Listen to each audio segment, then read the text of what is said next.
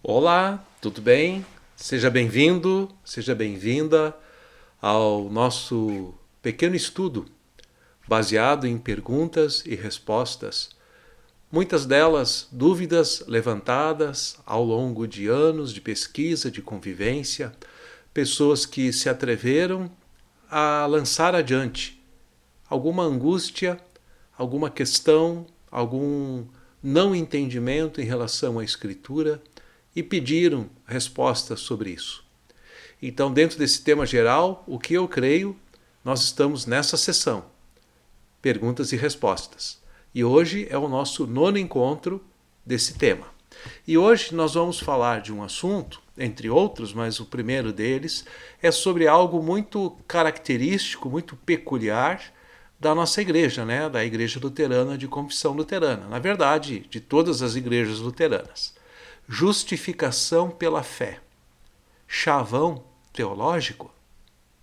A pergunta é a seguinte: a pergunta pela justificação do ser humano perante Deus, que tanto preocupa as pessoas, preocupou as pessoas no tempo da Reforma, 500 e poucos anos atrás, não parece ser mais uma pergunta interessante nos dias de hoje. Parece que virou um simples chavão teológico. Será que vale a pena para os teólogos continuarem a bater nesta tecla, a debater este assunto? Vamos ver então uma resposta para esta questão. Quer batam, quer não, a pergunta continuará a inquietar o ser humano, hoje e amanhã, como inquietou ontem.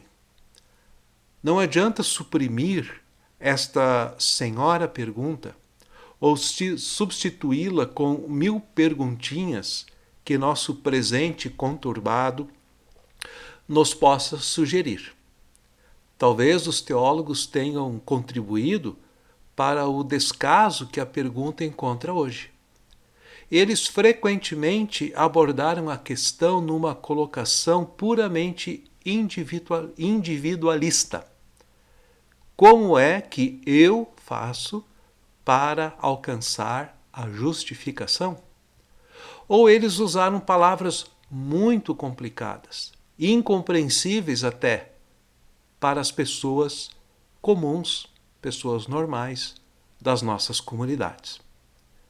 Vejam, sermos justificados perante Deus é simplesmente aceitarmos a verdade sobre nós e sobre Deus. É sermos o que somos, criaturas falhas e falhadas.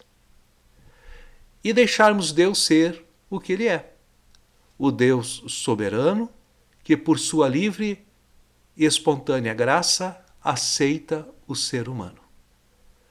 Deus é justo. Uma criatura injusta não poderia viver em comunhão com Ele. A autojustificação de Adão foi uma farsa, como é uma farsa hoje a tentativa de todo Adão e de toda Eva de botarem a culpa nas outras criaturas, na sociedade, nas circunstâncias e bem por dentro ou bem no fundo da sua alma, da sua vida, em Deus. Porque é Ele quem permite estas coisas todas. A mulher que me deste por companheira, ela me deu. Foi o que Adão disse quando indagado por Deus sobre a desobediência. É nesta situação que Deus resolve dar a justiça ao homem em vez de lhe pedir. Ele oferece perdão e aceitação incondicional em seu Filho Jesus Cristo. Cristo, em vez de olhar para si mesmo, ele se identifica com o pecador. E o pecador que olha para Cristo, em vez de olhar para si mesmo, ele passa a viver sob a graça de Deus Deus não vê mais o homem revoltado, ele vê a face de seu Filho. A vida do ser humano que é aceito por Deus e que o aceita em Cristo vai sendo sanada na própria raiz. A justificação não seria mais uma pergunta interessante hoje? Olhe para os jornais, para o noticiário da TV, da internet, das redes sociais. Não é o velho jogo que continua sendo jogado? Uma nação põe a culpa na outra, uma classe social acusa a outra, uma geração acusa a outra, os barbudos, os coroas, os capitalistas, os esquerdistas, todos têm culpa.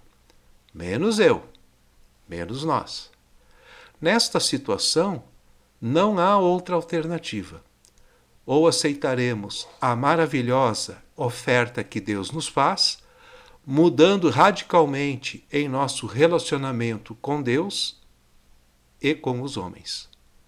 Ou continuaremos a jogar o velho joguinho infernal de jogar as culpas uns nos outros, querendo nos justificar a nós mesmos.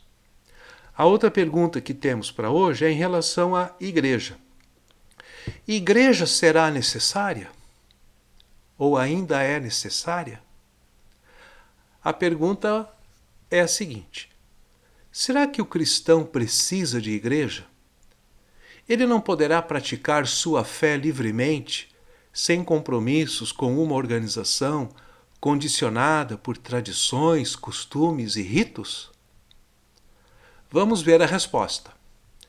O cristão individual precisa da igreja, e a igreja precisa do cristão individual. A igreja, conforme o Novo Testamento, é sinônimo de comunidade, da pequena comunidade local e da grande comunidade universal dos que creem de todos os lugares e de todos os tempos.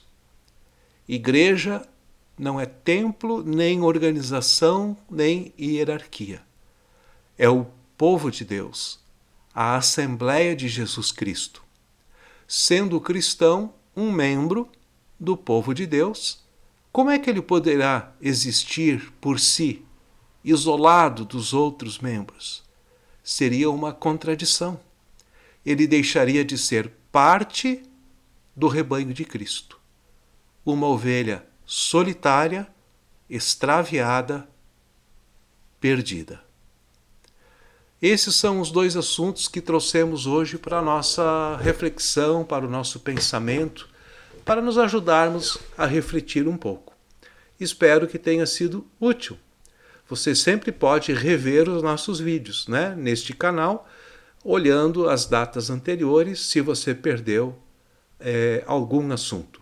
Compartilhe com seus amigos, seus familiares, façam chegar até eles, talvez eles se interessem também por esses assuntos.